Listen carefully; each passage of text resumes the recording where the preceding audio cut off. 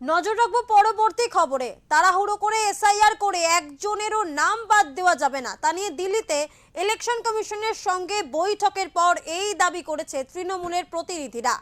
SIR এর নাম করে বাংলার একজন ভোটারের নামও বাদ গেলে তৃণমূল যে বরদাস্ত করবে না তা আগেই জানিয়েছিলেন তৃণমূল নেত্রী Mamata Bandyopadhyay.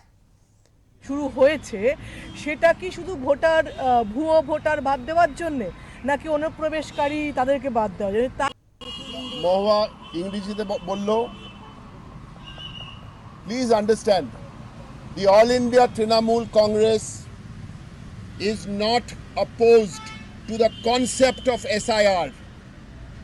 We are strongly opposed to the unplanned manner, completely unplanned, in which this Chief Election Commissioner and the Election Commission is going about the job. Completely unplanned, completely heartless. And after listening, two very interesting things happened today. When Shatabdi Roy went and took this list, we were all there. The Chief Election Commissioner, this list of 39, the Chief Election Commissioner looked surprised, as if he was opening a card for the first time. That's one. And দু নম্বর, আমরা 5টা পরিষ্কার প্রশ্ন জিজ্ঞেস করেছি, পরিষ্কার ভাবে। উনি 55 মিনিট উত্তর দিয়েছেন, ঘুরে ঘুরে ঘুরে।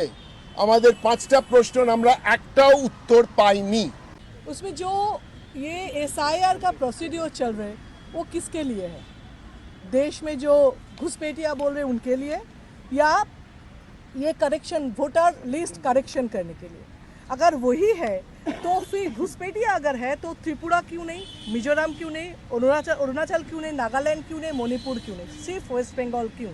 और वोटर नहीं है ये बोल के हर स्टेट के जहाँ जहाँ बंगालीज लोग हैं वहाँ पे टॉर्चर हो रहे हैं।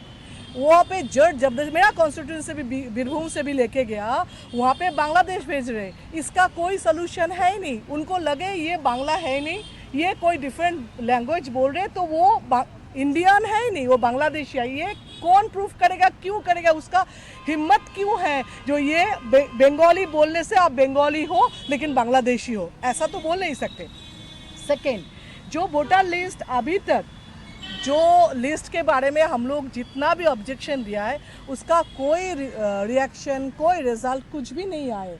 लेकिन अगर ये वोटर लिस्ट गलत है, अगर मान ले ये वोटर लिस्ट गलत है, तो इतना जो लास्ट वोट हुआ सब गलत है।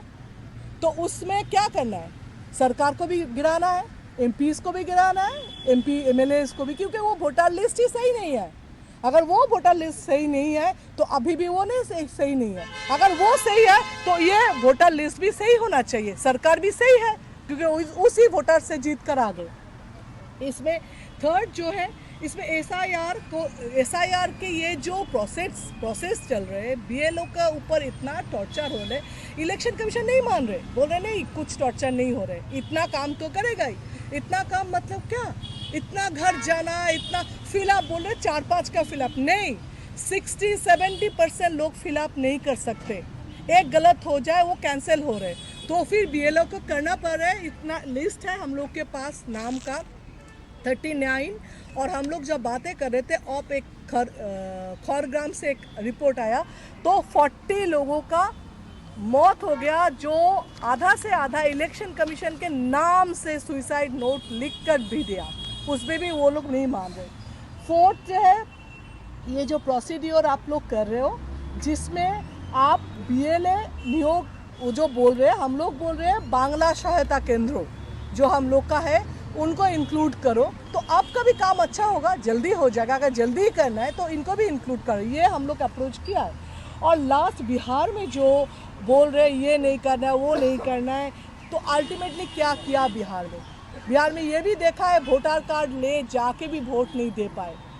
वो फेयर इलेक्शन हुआ कि नहीं, ये भी तो पूछना है, देशवासी को जानना है। अगर बिहार को जो करके जीता है, अगर वही प्रोसीड्योर बंगाल में करने के लिए आ रहे तो ये नहीं होगा।